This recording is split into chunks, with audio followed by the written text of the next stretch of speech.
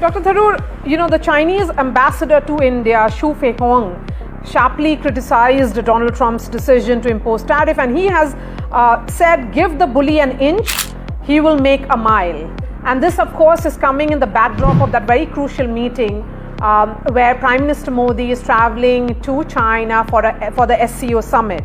How do you look at this development, and also the fact that India is looking at some kind of rebalancing with that talk which has happened between Indian Prime Minister and his Brazilian counterpart, where the two leaders, of course, are looking at the economic scenario, because these are the two countries which have been worst impacted with regards to these tariffs from the United States? Well, look, India is not a supplicant. I want to make it very clear. We're a proud and self-respecting nation. We have our own legitimate interests, our own red lines.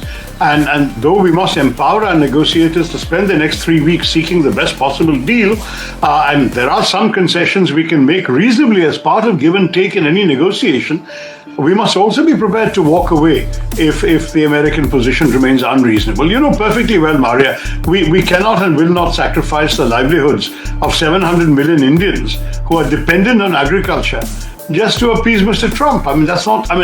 Any responsible partner nation would understand that.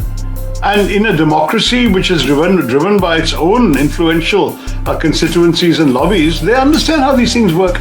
If we tell them, listen, they know no Indian government of any political complexion can sell their farmers down the river. They're living very close to the margins. We have farmer suicides every year. We can't suddenly give them competition from a whole bunch of subsidized American grain. It's just not feasible. So we can explain all this, and presumably, if we do it well enough, they may be able to listen. A negotiation is always about give and take on both sides. But if it turns out at the end of 3 weeks that we are told, this is our way or the highway, then I think we can take the highway, Maria. I think we will have to have some belt tightening in the short term.